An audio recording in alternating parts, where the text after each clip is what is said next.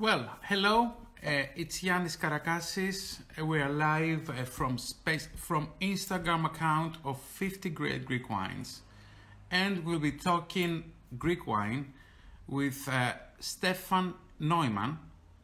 Stefan is a master sommelier.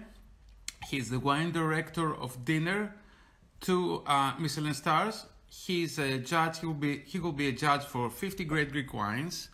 So let's get Stefan connected, which should be a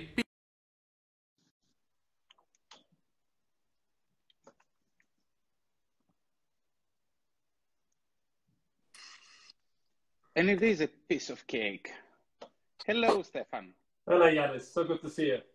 Yeah, likewise. I'm thrilled to have you in our company in the 50 Great Greek Wines Greek Wine Talk. And you know that we have 1 hour. So, we do. Yes. So with a question with 3 different sub-questions on each one. Yeah, I feel like this hour will pass by very, very quickly. We'll see. So starting from our teaser, how did you fall in love with Greek wine?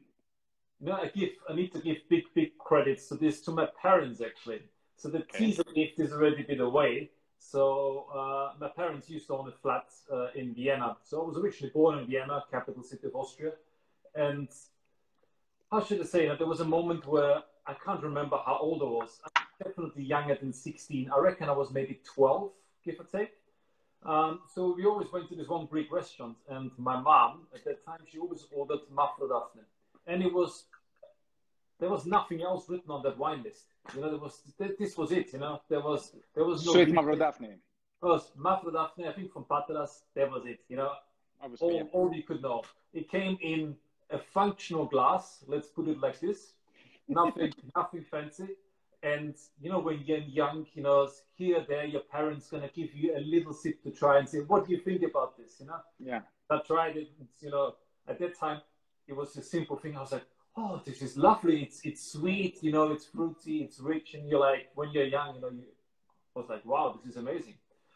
But you know, at that time, you know, what did I know about wine? Absolutely nothing. And I think, you know, looking back at it and looking at it now, I don't know much about wine either. You know, we consistently learn. You know, that's the way it is. Absolutely, that's true. Yeah. I think the story came a little bit further along when I moved to the UK. Mm-hmm. So I moved in 2008. Uh-huh. And I moved to Le Manoir Saison. So it's a 2-star, a very classic French cuisine in the heart of Great Milton, which is just very, very close to Oxford. And I prepared something for you. Okay, looking forward. This is the wine list. Oh, let me wear my glasses. This is the wine list from Le Manoir Saison. Okay. That was 2009, so I saved the version 11 years. Okay. And as we have a few people watching now, I will encourage you to guess how many Greek wines do you think were listed in the Le Manoir Saison wine list in 2009. Okay. You can guess, you know, it's like... 0. Worst case scenario, 0. Worst case scenario, 0. I give you a clue, it's more than 0. Okay, 1. 5. Let's see what the community says. Let's give it a few minutes. Yeah, let's give it a few minutes. Yeah. So, in 2009. Okay. And Stefan, that was a list that you created? No, it had nothing to do with me. I was a commerce sommelier at that time, and I was interested in wine. I was being given the chance to learn more about it, and this is the first time I tried Greek wine, and I appreciated it. The fact that, you know, there were 1,000 beans. I could try pretty much anything from France. It was 80% France, and there was a little bit of other things. Okay, we have a maximum of 4. I saw Demi saying 3. Some people 2, 4. I went to best case scenario 5. Okay. I think it's too much. Okay. It was one wine. One. One. A Mavrodaphne from Patra. No. No, it was Exino Mavro, Alfred States, 2004 at that time. Okay, and fantastic. They sold it for $49.50 the bottle.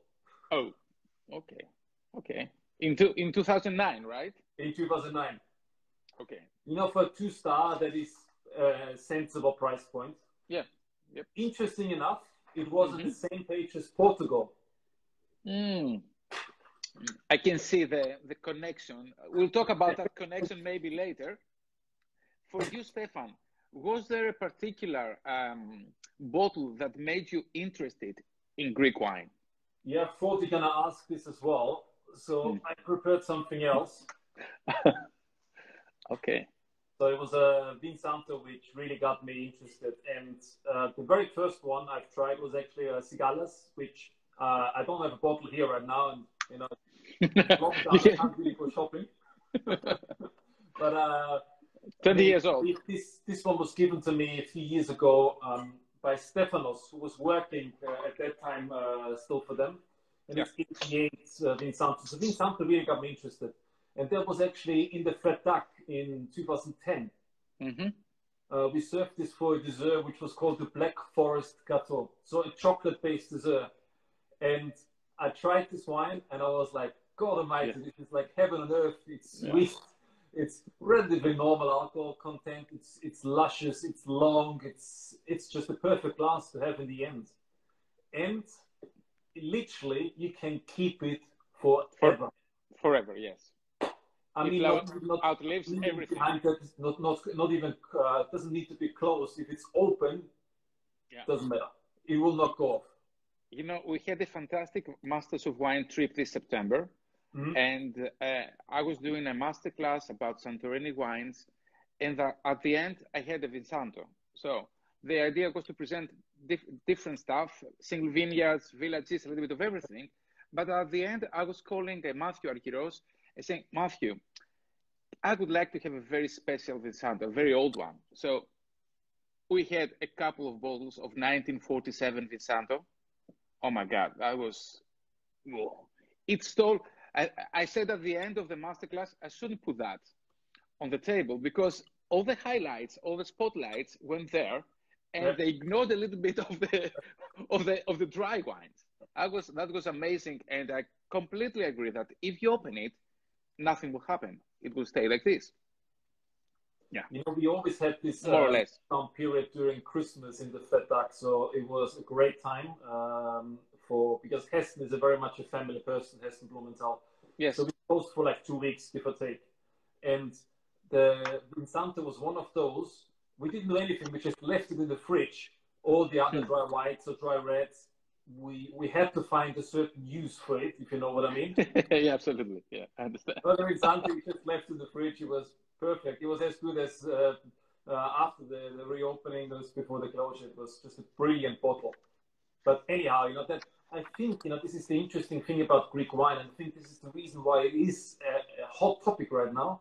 There are wines which get you into it. And I think in the beginning, what intrigued me about Greece as a country, and that's now 10 years ago, was the sweet wines. I was like, my God, I don't know any other place on the planet who does wine like this. I just can't, I never tried anything like this. And I still think, you know, this is the greatest thing about Greek wine is how unique it is.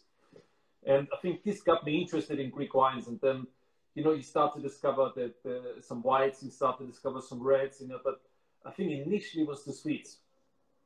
Okay, question. What do you like most about Greek wine? You said about uniqueness, but can we have a broader answer on that? Yeah, that may take already an hour at least. No. 3 minutes. All right, 3 minutes it is. I think, you know, I think especially in times like these, and for me in particular, and I'm trying to be a little bit selfish here. You know, what I love so much about Greek wine is it fits the time we are living in, and I don't mean about the lockdown situation, but the current time very well. What I mean with this is, regardless if you're generation X, Y, Z, I generation, What you look for is actually, where is this product coming from? What do I know about this product? How is this product produced? What is the story behind it? And I mean, Greece has thousands of years of history of winemaking. I mean, there are endless stories which are coming through. But I think what is the biggest, for me, point, which sort of takes me over to the love affair with Greek wine, is I always, in my head at least, and I think it's from a consumer point of view maybe similar, I always associate it with something which is artisanal. It's handcrafted. There is a person behind it. It's not a company. And it may be the case that there are, of course, larger cooperatives, but the initial thinking for me about Greece was always like, it is something where a person is artisanally crafting something. More personal. It's a more personal thing, yes. Yeah. And I think that's my second point here is, you know, we're human beings. We always look for perfection. We always look for something, this has a little bit too much fruit, you know, oh, this is a little bit too much acidity, there's a little bit too much alcohol here. And what I love about wine, and in particular about Greek wine, is, yes, it's in search of perfection, but it's perfectly imperfect. What I want to say with this is, you know, you can say, oh, some of the wines, they have a little bit too high acidity, but, you know, they are intriguing, they are inviting. There is something about them where you can feel the passion. There is something which it gets you interested. We always look for something which is absolutely perfect, rounded, soft, or just everything perfectly in balance. But there is a beauty in something which has a bit of a rough edge, you know, and something which is challenging you as much as you challenge itself. You know, for me, this is what wine is so much about. And that's what I mean as well with artisanal crafting, you know. It's that slight imperfection which intrigues me, you know. These are very good wines, but, you know, they're challenging you in the best possible way. Yeah. Perfection is a journey. You cannot really get your hands into something that is completely perfect. And I think that Greek wine, for me, obviously I'm biased, but Greek wine is a journey. It's a constant journey, full of discoveries and, you know, new stories, new varieties, old varieties redefined. Stefan, which is the perception of Greek wine for fine wine restaurants, for the restaurants that you have been working over the last 10 years? You know, there's so much which has changed, and I can only say in the best possible way for this. The reason why I want to say this is because I've worked in 3 very, very different restaurants. The most classic French thing you can get in the best possible way with Le Manoir.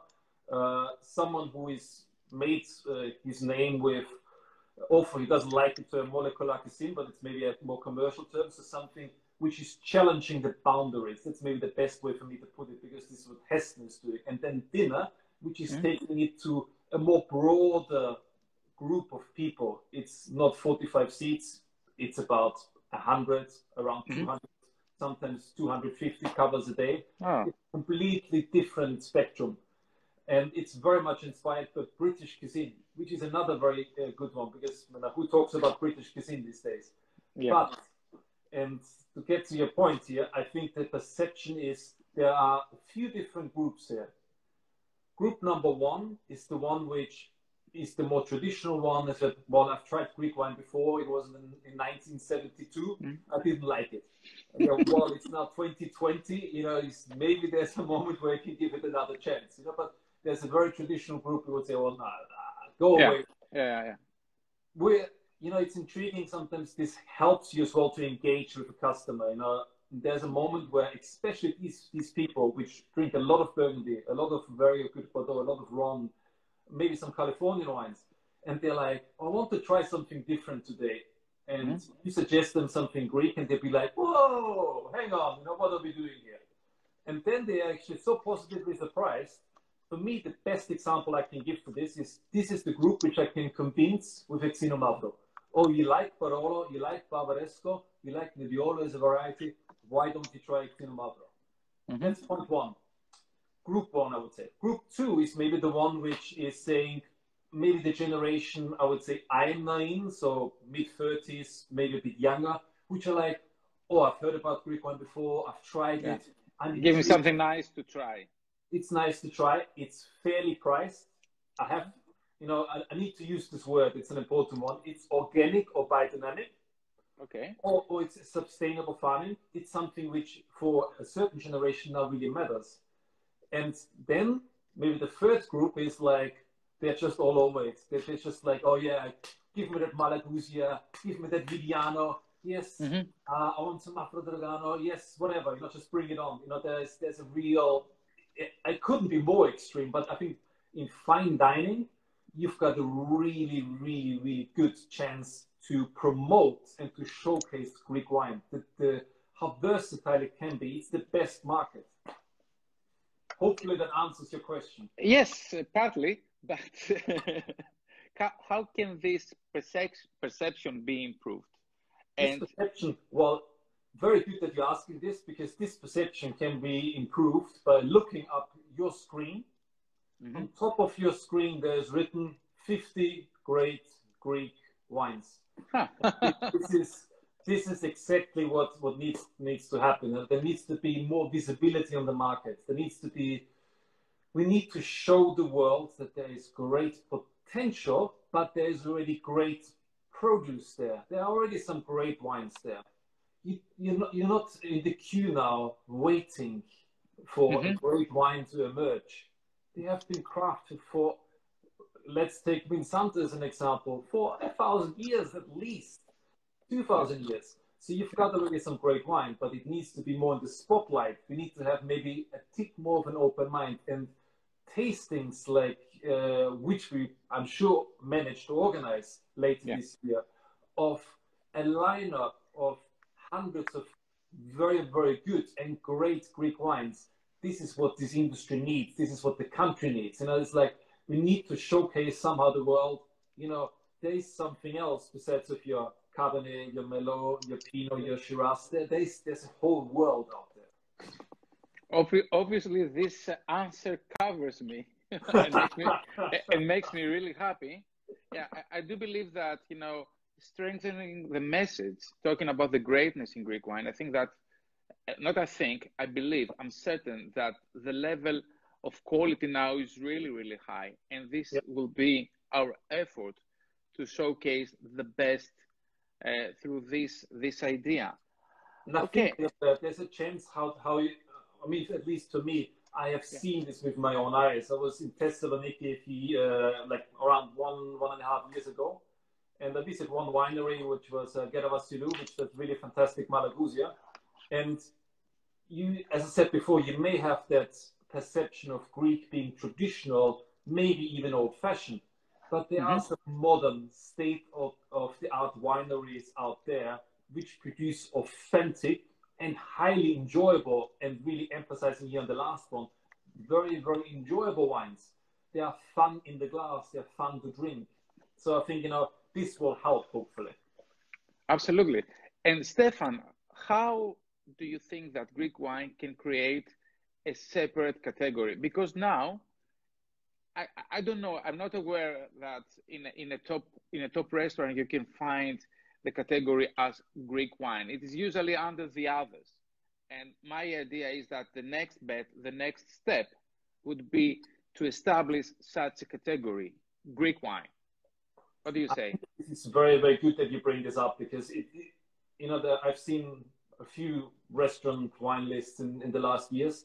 And I think what happened is that very often it's just put in the rest, as you say, others, rest of Europe, or rest of the world, whatever. It's just like sort of, we have ticked that box, we've got one wine, but this is it.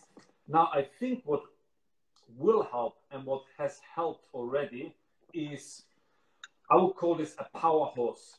Okay. A variety like Asiatico, an island like Santorini, which has been so much recently in the news. The visibility of this is great. And I think it emphasizes the good quality. So now it's not only more about ticking the category in a restaurant, saying, oh, we've got 1, 2 wines. Hey, there's much, much more going on now. People are starting slowly to separate it. Having said that, I think it's more progressive. This is something which needs time. Yeah. You know, I'm Austrian. I can guarantee you, for a long, long time, Austria was just in the same category as Germany, you know. That's like just the way it is. You know, there was never a separate category. It was like, oh, Austria and a little bit of Germany and a little bit of Austria. That was it. Okay, fantastic. Let's move a little bit forward and get into the discussion of varieties and terroirs and regions in Greece. So obviously, we need to discuss about Santorini because Santorini started everything. The story of Santorini, did you see that coming, Stefan? I would like to look not very smart. Yes, I saw it first. But no, absolutely not. I think there's a few reasons why I personally didn't see it coming, because I think when Santorini and certain varieties and certain styles from Santorini became very popular, I was maybe too young in my career or too early in my career. Mm-hmm. Having said that, I think the reason why I missed it as well, because I was focusing on other things more in my early career. I was like, oh, I need to learn more about France, or I need to learn more about Spain. So Santorini is not something which was on my radar, and I didn't see it coming. Now, once it sort of emerged and people were talking about it, I mean, there was only one thing which you wanted to do, is you wanted to jump on that train and you wanted to get wines from Santorini as much as possible and feature them and try them on your wine list and try different food and wine pairings, and experiment around. But did I see it coming? 100% no. I don't know. It's just like, as I said, too young, maybe too foolish. No. What is the evolution that you're witnessing on the wines of Santorini in the fine dining sector? I think it's in general very good. I see one problem, which is a bit pricing. This is, I think, could be challenging because obviously the price per kilo is quite high. Yeah. So to produce good wine and then with exports, shipping costs, taxes, they certainly have become more expensive. The positive effect is, I think, that you've got now as well varieties from Santorini like Aidani, which can be as a single variety very, very good. And for example, I list from Aguras Estate Aidani, and I bought this a few years ago, and I've still got some 2015, for example, left. And I think these wines, they really not only are superbly capable of aging, but they have sort of two very good attributes. They're very approachable when they are young, but they reward you as well with like 3, 5, 6 years on them.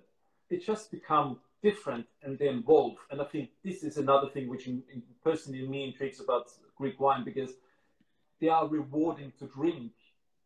You know what I mean with this? You know, there's a sip where you say, oh, this is good, but it's so good that you feel like, oh, I want to have another sip. And with the second sip, you realize, oh, that's changed. Wow. Why has it changed?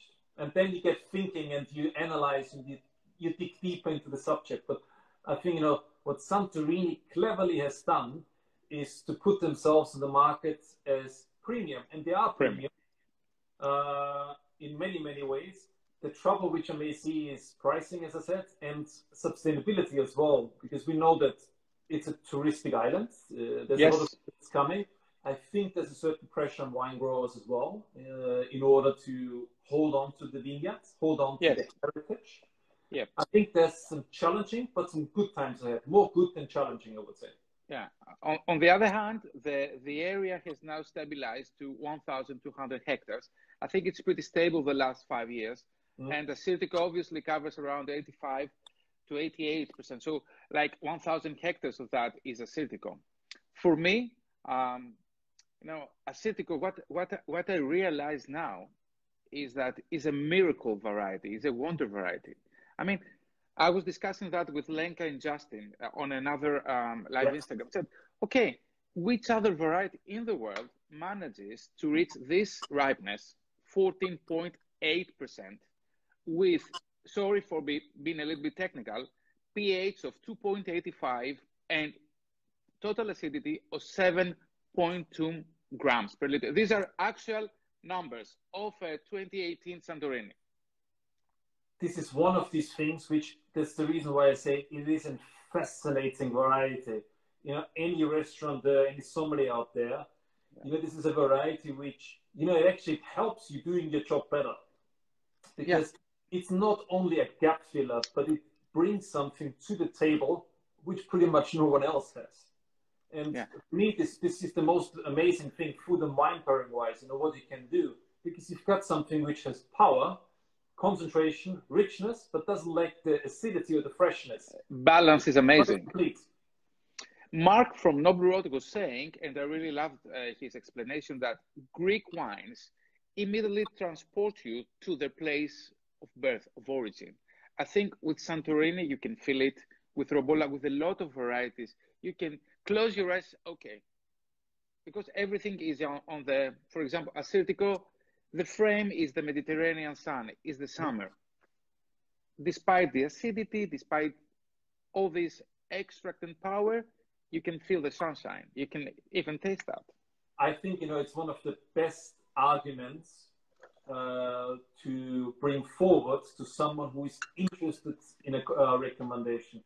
Now, how often does it happen in a restaurant that you get your regular guests and they would say, you know what I like, the style, I trust you.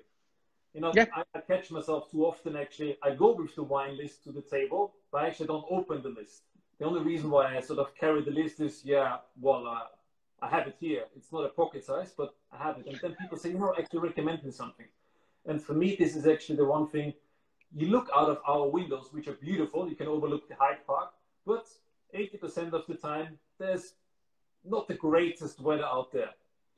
Yeah. Now, my way of, I said this was now a week ago at a webinar which I did for an Italian wine producer. I said, the best way for me to sell Italian wine is pretty much the same way as to sell a Greek wine. You need to transfer people where this place is. A lot of people know where Santorini is, and I don't think a lot of people know how Santorini looks like in winter, because they go there in summer. Yeah. They get all the sun they possibly can get for the rest of the year. They come back to London, sit in that weather, look out there and say, it's pretty miserable. Let me take you to a place which brings you back to your, wonderful memories and to sunshine.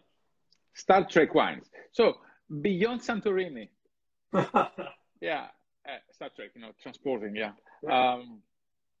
beyond Santorini, which other stories, which other new varieties are you expect to hit success, to be more successful over the next years? There's only one answer, and there's not only one answer, but there's a very clear one for me for whites, and I think I'm just in love with this variety. Hence the reason I think I've always liked to see it being the next superstar. It's a bit like when you have a kid and you want to see it successful on a pitch, on a football field. You want to cheer it on. For me, this variety is like Malagousia. Okay. Malagousia has great potential. It's something which is different than Asiatico. That's an important one. It's different. It is different, but, it has something else. It has different qualities. For me, it's that charm, that intensity, that mouthfeel, that richness which I get. And for me, personally, what is so important in wine, when I pick up a glass, I prepare that glass here, and I'll tell you in a moment what it is. But when I put my nose in that glass, it needs to smell good. And Malagousia for me has this, it's perfume, it's aromatic. This is not a Malagousia. It's just a wonderful variety. Yeah. Okay, that's really nice, and I'm happy to see people from international markets talking like this about Malagousia, because at this moment it's very successful in Greece because of its character. But yes, why not? It can give a lot of pleasure. You can drink it very young. It's not for aging for more than 3 or 5 years, but it goes well with food. It has everything. For me, a good comparison would be here. It's a bit like, and there's only a few wines in the world which have that, but one in particular, you take Condrieu. Yes. It's a variety. It's maybe one of the only fine white wines in the world which you can drink upon release. Yep. You get this 2017, your 2018, and they're going to be already pretty much ready to drink. Yeah. And I agree. It's very rare that you find this balance between a fine wine, which is accessible when it's young. And I think what Malagousia has, it is this intriguing perfume, but it actually delivers as well. It's a layered variety. There's more than just one layer to it. And I think what I see positively about it as well is people start to experiment around with it. So you've got, of course, I would say the godfather of Malagousia, Gerabasiru Vargelis, and he did so much for the variety. But I think there's some other producers as well which have maybe a little bit more of an, I like to use the N word here, a little bit more of a natural approach. Maybe experiment a bit with the variety, trying to get a different expression out of it. I think this is wonderful to see, because what Malagousia can, it's an adaptable variety. There's few different regions within Greece where it's planted, and it can showcase the place where it's grown. Let's say for one moment terroir very well. This is I think this is a capability of a grape which is not very often found. Asiatico for me in Greece can do that. I think Xinomavro can do it as well. International, maybe I would say Riesling is one of these, which no matter where you plant it, will have a very strong regional character. So I think Malagousia may be the next deal. But that's a personal matter. What I would love to see as well, I would love to see more wines from Crete. Okay. Tell us a little bit about Crete. We love Crete, of course. I think, for example, Vidiano is one of these varieties which I think I very, very much enjoy. Again, it offers something different. And it's actually Vidiano from, what's it called, Italia Winery. I list currently at dinner. It's accessible, it's affordable. From which winery? Sorry? From which winery, Stefan? Italia, Itaia. Idea. Yeah. Okay. It's a very good Vidiano. And we have seen Vidiano in so many versions. We've seen it unoaked, we've seen it with oak, we've seen it as a sparkling wine. Voloufakis obviously has done a little bit of everything here. We've seen it also as a skin contact wine. Yeah. So it is a variety that when you explore it, you really understand what it can produce. And I think this is the strong part about it, and I think this is what makes Greek wine essentially great, and that makes it hot right now. Now, we named at least 3 white varieties now, which maybe we are both fools, Yannis, who knows, but we both believe that they are adaptable, they can showcase the place where they're grown, and they're vastly different. So I think, how many countries in the world where you can name very, very quickly 3 varieties where you're like, oh, they're vastly different, but I consider all of them on top of their game. So I think this is very unique. Maybe for the red varieties, I would say Xinomavro is one of those, which, I think I would love to see more Xinomavro exposed to the world. I would love to see it in comparisons with Barolos and Barbarescos. It's like, it's not to poke the Italian pride. It's more to feed the Greek pride a little bit. You can be very proud of this variety. It's something which it doesn't need to hide on an international stage. You can put it with wonderful, great wines, and for me, and the price is fantastic. Varieties which can show very, very differently. Now, my example here is you take Caridas, which does a very different style than Fundi. So there's so much diversity in this. I think this is the beauty about it. Because for me, what gets me interested is there is something always to discover in Greece. Agree. For me as well. To be honest, even if I am Greek, I'm always looking for new things, and they happen every day. And for example, like. 2 years ago, there was like a small winery, an experimental winery, call it whatever you want, produced an Ascetico from Milos. Not easy to find now. I don't know if it is produced because it was from a factory, but the wine was fantastic. It was volcanic soil because Milos has also volcanic soils like Nisyros and Santorini, and there are some other places as well. So this excitement of new discoveries, I think you find it all the time in the Greek vineyard. This is the biggest treasure you have. Not only you're already blessed with all that history you have, you're blessed with local indigenous varieties. You've got all the essentially the building stones ready. You just need to put them together. Yeah, but talking back to the Greek momentum. what can be improved, Stefan? Well, there's always things which we can improve. What can we do better? Now, I brought this example here, but I think you have everything in a positive way. Yeah.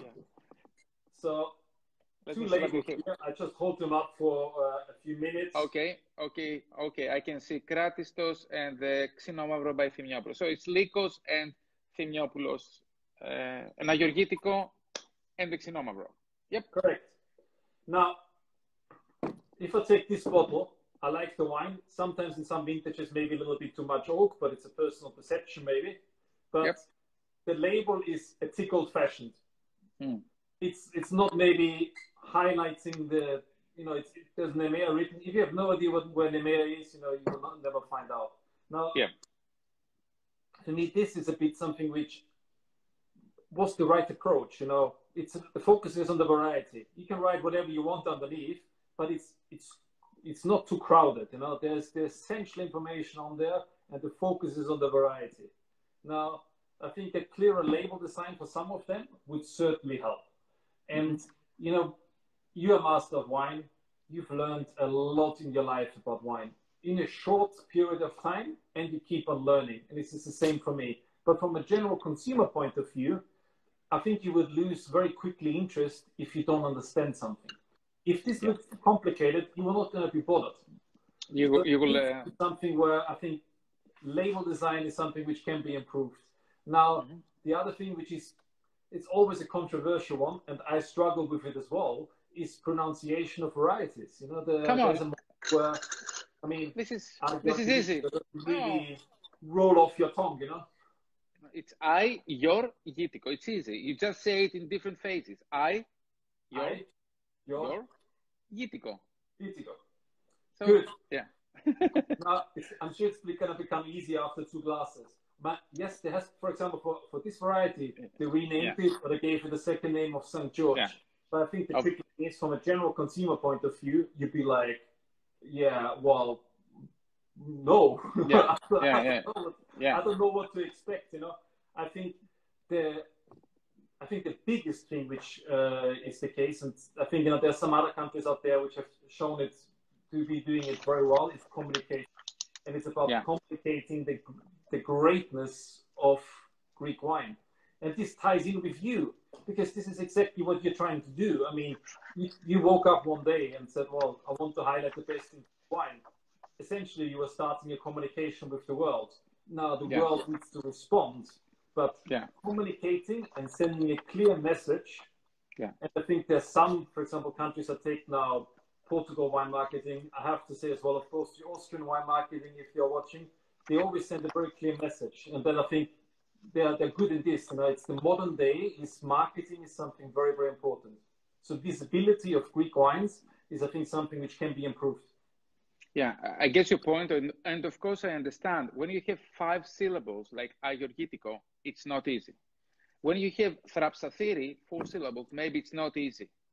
But on the other hand, just playing devil's advocate, not every variety can be called Malbec. Yes. Sorry. Very true. But how about something like Gewürztraminer?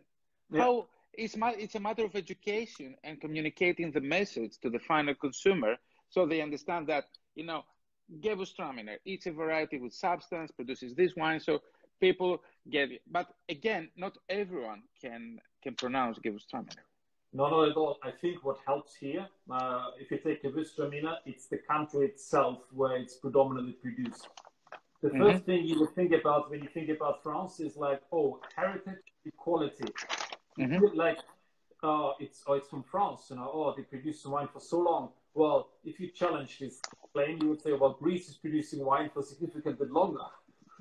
But not what people associate initially with. So I think, get the word, it's our job, essentially. It's what we need to do, not only as an MW or as an MS. Any wine professional is to get the word out there. Yeah, as a communicator. Communicator and educator. Right. Stefan, before we go to the final unit of questions, section of questions, can I have like a an answer on how Greek wine compares with wines from Portugal or Austria? Because you mentioned that. Mhm. Yes, I did. And I think there is a comparison which you can draw. Because if you take Portugal as an example, I think you managed extremely well to have a large quantity of indigenous varieties, which we know now about. Touriga Nacional being, for example, one of them. Alvarinho for the whites. There's things which people are now aware about them. And maybe in the beginning, they looked at Alvarinho as well and they were like, how do I pronounce that one? Or what is this like? But I think they sent, and they had as well the quantity, of course, to produce to a certain price point, which I think is still Portuguese wine these days. I think is one of the best value wines in Europe, which you can buy. I think what they did very smartly is they just were drumming so much on the marketing role until we finally got to that stage where we say, oh, we know about this. And of course, if you go back in history, there is a long-lasting relationship, for example, between Portugal and England. Yeah, now, absolutely. A few examples would be 1703. There was a Treaty of Methuen signed between England and Portugal. And the reason why they signed this treaty was to essentially, I'm sorry for saying it that direct, but essentially to damage the French economy because the English and French were in war. So there was preferred tax rates for Portuguese wines. So hence the reason the port trade became very strong. And of course, the heritage of port houses like, let's say, Graham's, which have roots from the British Isles. So I think that really, really helped. So there is a history there, and I think they just managed to put the word out there and create a good storytelling with it. If you take Austria, I think Austria sits in a very similar spectrum than Greece for that, because it's still considered as artisanal, small boutique wineries with indigenous varieties. Having said that, we did the same mistakes, for example, as other countries. So there was a moment where we thought, oh, we need to use 100% new oak, or we need to bring indigenous, we need to get international varieties in and smack them with 100% of oak and try to sell them. But I think what Austria did, and I think this is where Greece is following very strongly, is focusing not only on the domestic market, but focusing on the treasure you have within. It's essentially being patriotic about it. You need to be proud of your own country. And maybe I'm sometimes a little bit too proud of being Austrian, but I love Austrian wine. And I think there's a positive move there for Greece to be similar. For Greece,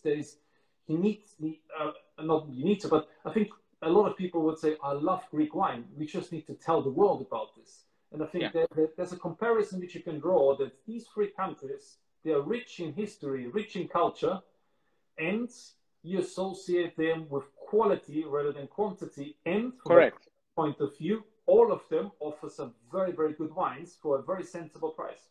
Yeah, correct. Spot on. Thanks for that, Stefan. Moving on to some other questions. I think they're more general, but I would love to discuss them with you. Let's talk about social media. How does this? How does it change the way that we have enjoyed wine? That we're enjoying wine. I think it's a great tool to use, and as we are on social media right now, we can say always be the most important thing with wine is you need to enjoy it. Not anyone tells you that you're gonna like this. I'm really not a fan of people who will come and say, oh, you need to do this. I'm like, no, I don't.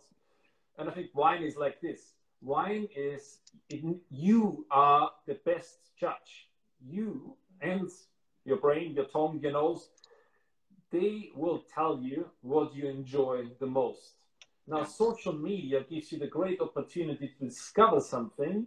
And I think this is where, for example, Greek wine fits really well in there, because it actually gives you the opportunity to see something where, for example, right now you could not be.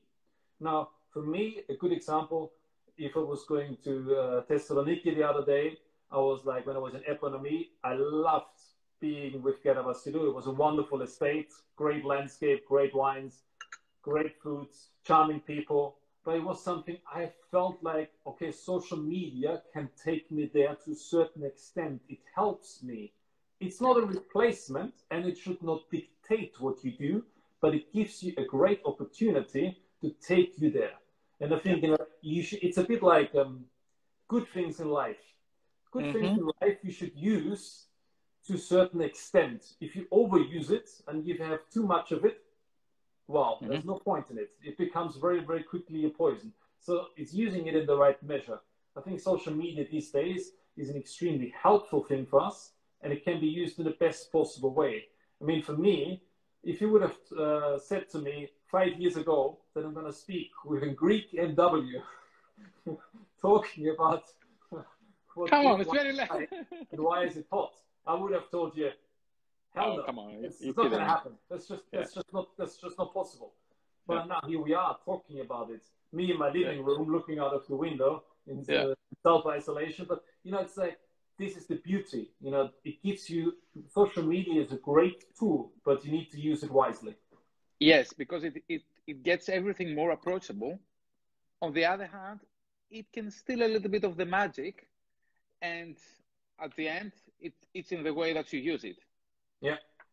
For me, the idea is, my perfect approach to this is, I like to use social media. I like to post my pictures, but there's nothing which replaces traveling to the place.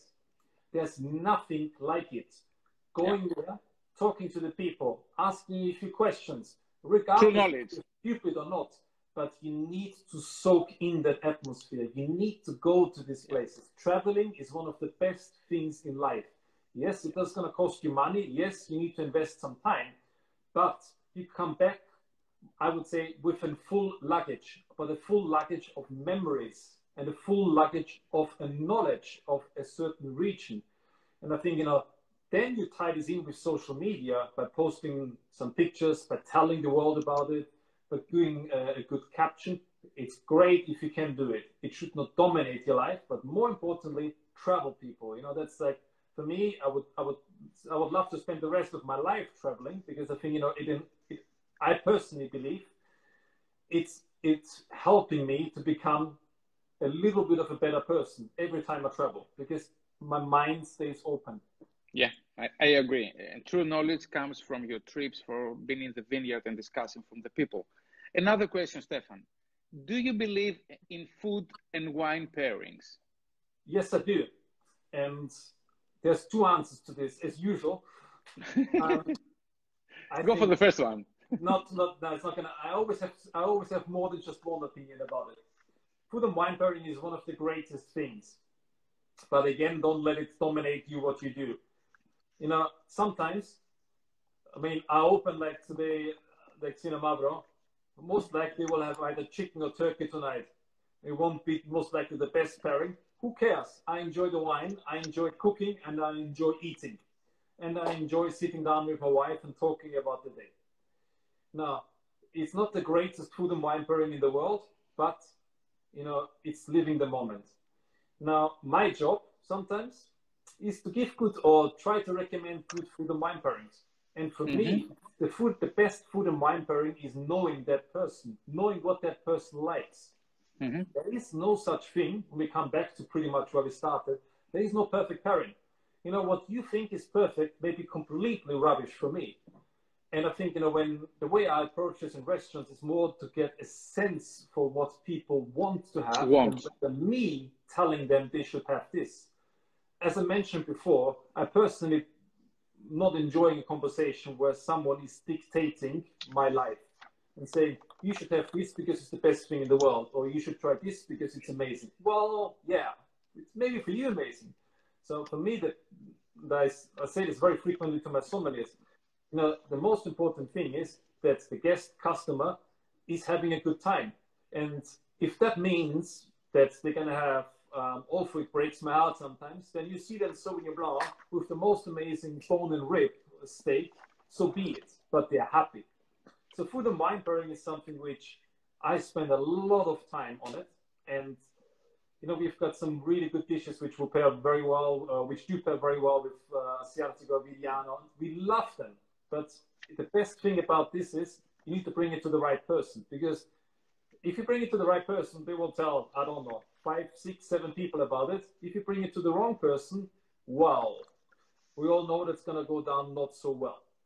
But for me, this is what, for example, dinner offers very well. We have around 60 wines per glass, give or take. It keeps on changing, and there's different styles available. So, for example, we have this one dish which we call frumenti, which is a grilled octopus. I'm sorry to say it is not a Greek octopus, but I'm sorry for that.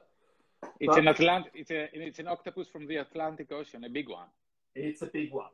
It's from Spain or Portugal, depending on which side it finds its way. But anyhow, we serve this with some dal, some lavage, some sort of a smoked sea broth. What we do essentially is they put the mussels into a just oven, which is an indoor Spanish barbecue oven, and the mussels open.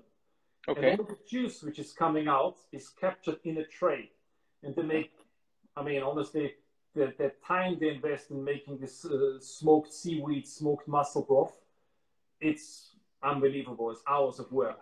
Having said that, that smokiness of that broth, that tenderness of the octopus, this with a glass of Asiatico, oh dear me, you'd be a pretty happy person. Perfection. Yeah, to a certain extent. yeah. For the Okay. What would you serve as a wine next to eggs on toast? Have a beer. Have a beer. Yeah. A fix maybe from Greece if it has to be. A what? Sorry. A fix. F-I-X. No. Yeah, a fix could be. If you go for a wine though, Go for white. You know what? X is a really tricky one. So I always believe something that's which is quite soft and quite mellow. So for me, a Malagousia would just do fine. I may say a younger vintage like 18, 19. And there's a producer which I always feel like he does a very good job. It's Sapphires. It's Z-A-F-E-I-R-A-S. Sapphires.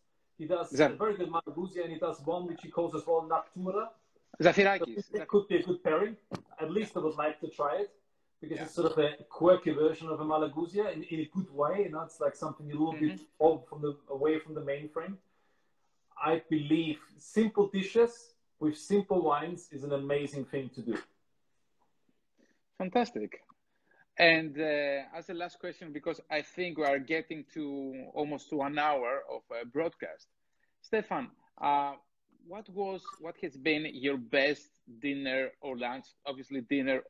I don't know about this connection, but you understand my question. I mean, what was your most memorable experience? You know, and there's a reason why I prepared this bottle. So we have a dessert in dinner which we call a chocolate bar. It's not on all the time, but essentially it's a dark chocolate bar with a passion fruit gel in the middle, and there are different types of ice cream which we serve with it. But the real star of the show is the dark chocolate component there, and that richness, but not that tick of bitterness, but not overtaking. It's just that interaction between sweetness of the chocolate and bitterness is something which is very fascinating for me. Now, we had this with a 1990 Vin Santo, and in all honesty, it's just fabulous. It could potentially be a heart attack on the plate and in the glass by having a full size, but you know, it's something which I could eat a lot of this. And I think the reason why I say it's a beauty of a combination. You've got, this is where balance kicks in. The balance of the Vin Santo with age, but still not lacking that acidity. That slightly savory character which you get with age, but then at the same time, that sweetness of the chocolate with that sweetness of the passion fruit. Everything interacts harmoniously, but still a little bit challenging together. It's like the most enjoyable roller coaster ride you ever had in your life. Sounds amazing, and I'm sure it would be super delicious. And the reason to visit. Try one day. Now this is. Yeah. I still have this bottle which is an 88, so maybe one day it's like, I think for that size bottle, because this is actually, what is it, 1.5? 1.5 liters. I think we need to be more than two. Yeah, absolutely, absolutely. Well, Stefan, it was a great pleasure. Thank you for sharing all this knowledge, all your ideas, having this discussion, and really thank you for bringing out all this passion about Greek wine, because this is what I think that we need to focus and emphasize, because there is a wave of fantastic Greek wines, and we need to communicate that to the people. I think so too, and I think Yanis, if I may say that, you're doing already a great job. And I'm not sure who is next after me, but it's good if you get different people involved, from different corners of the world. Absolutely. And you are basically that perfect engineer, which is managing all the little bits and bobs, getting it together, getting all of us together to showcase the greatness of Greek wines. So I think, with Greek wines, you've got a great potential, you've got a great future ahead. And you a little bit I need to give this comparison. You're a little bit like the general right now in the army. You're sort of leading the way. No, not really. Always, it's a team effort. We have a great team with Gregory, with Mariana, with a lot of people working for that. And of course, there's a great work being done all this year by EDOA, Wines of Greece, Enterprise of Greece. We just want to offer our ideas and do something new and fresh. Yeah. Stefan, thank you so much. Thank you. Ευχαριστώ. Parakalo. Good night. Thank you very much. Thank you. Have a good one, Yanis. Bye-bye. Thank you.